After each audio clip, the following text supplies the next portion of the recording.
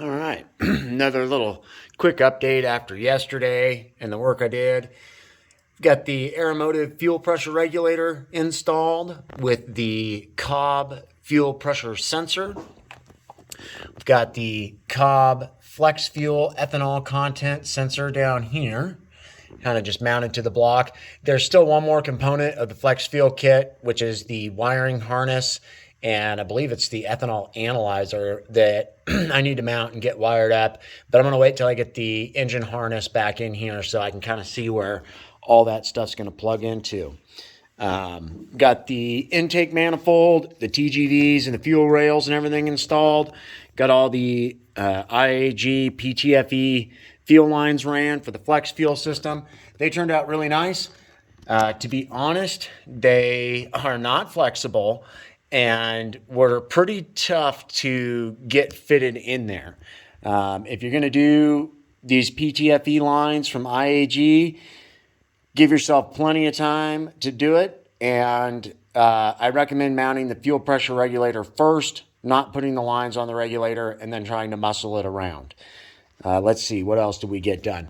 Got the up pipe installed with the external wastegate. Got all the plumbing fittings in for that. The dump tube is on. I don't know if you can see it. Oh yeah, there it is right there. So that's all we got done in the engine bay. Got the block cleaned up and stuff. Got the front mount intercooler installed. I've just got a piece of cardboard over it to kind of protect the front of it while I'm leaning against the car. Did an initial test fit of our piping for stock location turbo. This is coming up here, looks pretty good. Other side, it's a little bit of a snug fit between the washer reservoir and the battery, but it's pretty good. And once this is all plumbed in and connected to the throttle body back here on the back side of the manifold, I think it'll look really clean and it'll kind of hide all that stuff too. So today I've got one spark plug left to change, but I got my socket stuck right down in there between the firewall and the cylinder head. So I've got to play around, see if I can get that out of there. The wiring harness will get fitted today.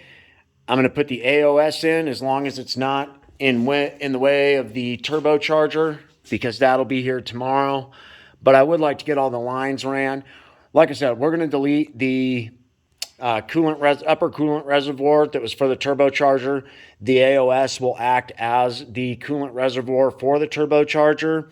So we've still got some plumbing to do.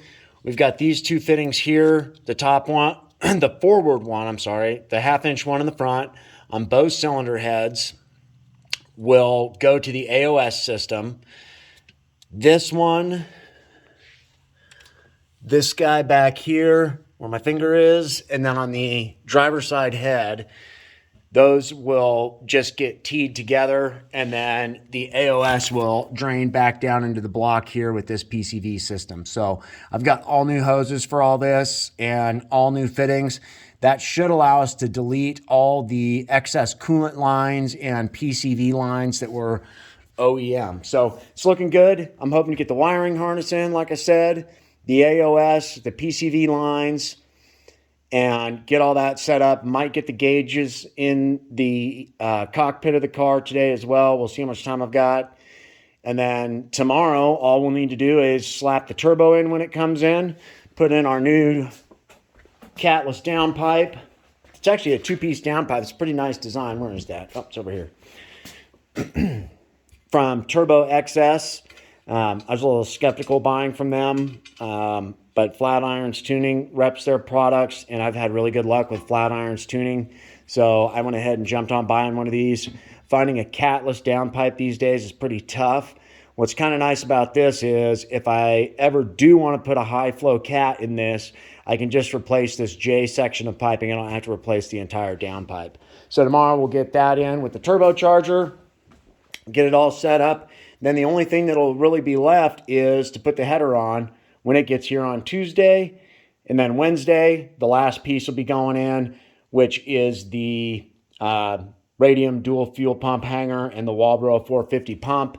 I also need to figure out here, I kept the OEM hard lines that run from the fuel tank for now. This setup that we're going with isn't going to require any bigger lines that are feeding it from the tank. In the future, we'll probably replumb this, and our feed line will be an AN-8. Our return line will be an AN-6. And then this right here that's not terminated yet, this is our vent line that used to go to the manifold and an evap solenoid. And again, all that kind of nonsense I've taken out of the car and I'm not putting it back in. As you can see, Subaru has a lot of extra stuff in these cars that is not required. So we're going to go ahead and delete that stuff because we don't live in a bullshit emission state like California anymore. So we're going to have some fun with this car.